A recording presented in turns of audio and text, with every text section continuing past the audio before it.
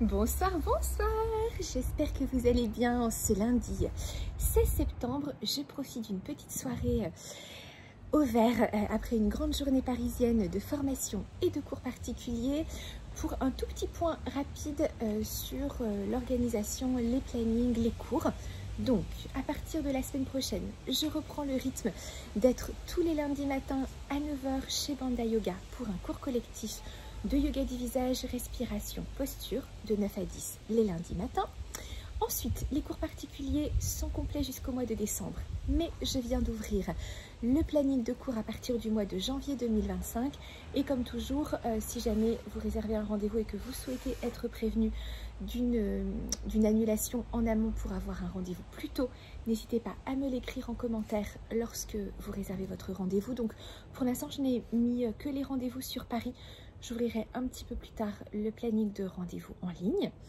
Et puis dernière chose ici, formation professionnelle. Donc j'étais ce matin aux Nouvelles Esthétiques pour une petite introduction de 4 heures sur le yoga du visage, la médecine chinoise, la symbolique du visage.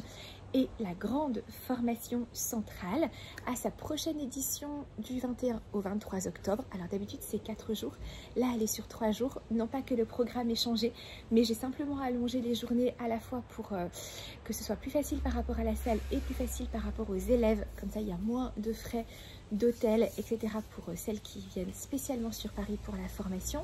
Donc du 21 au 23 octobre, et le lieu, un lieu magnifique, la maison épigénétique rue Cimarosa, Paris 16e, dans lequel nous pourrons d'ailleurs déjeuner ensemble au cours de la formation, puisqu'il est possible de déjeuner sur place.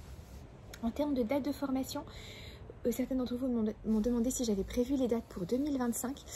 À vrai dire, j'ai quelques projets encore vraiment à l'état de grands projets, mais que j'aimerais pouvoir mettre en œuvre en 2025. Donc je ne sais pas encore si je vais programmer des dates de formation professionnelle, en tout cas en présentiel sur Paris. Par contre, il existe toujours la formation enregistrée en ligne, ainsi que les 2 modules complémentaires, l'un sur tout ce qui est vraiment énergétique chinoise et l'autre sur la symbolique du visage en médecine chinoise.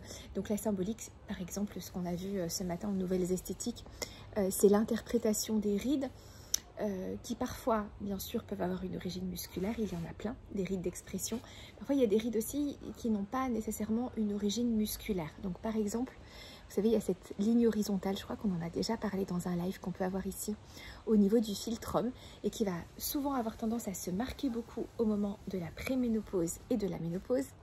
Notamment quand on sourit, vous voyez, elle se voit quand je souris, mais parfois elle reste ensuite de façon permanente, et qui correspond, alors si elle apparaît au moment de la préménopause et de la ménopause, entre guillemets, c'est normal, parce qu'ici c'est vraiment la zone de la fertilité, et donc ça marque, entre guillemets, l'arrêt de la fertilité du corps, mais avec cette créativité qui, elle, ne disparaît absolument pas, et que l'on peut bien sûr mettre à profit dans plein d'autres domaines de la vie.